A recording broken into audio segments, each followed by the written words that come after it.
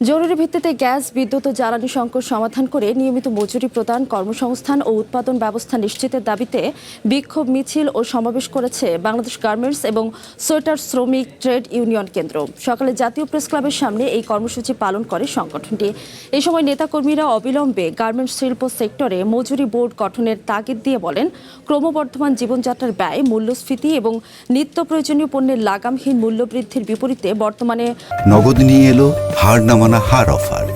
সর্বনিম্ন 10,000 টাকা রেমিটেন্স নগদে পাঠালে থাকছে স্বর্ণের হার জেতার সুযোগ। 12,500 টাকা নিম্নতম মজুরি দিয়ে একজন পোশাক শ্রমিকের নিজের ও পরিবারের ন্যূনতম প্রয়োজন মেটানো কঠিন হয়ে পড়েছে। অন্যদিকে মালিকরা শোষণ করে ক্ষান্ত হচ্ছে না, বরং নিন্দনীয় এবং ঔদ্ধত্যপূর্ণ আচরণ করছেন বলেও অভিযোগ করা হয়।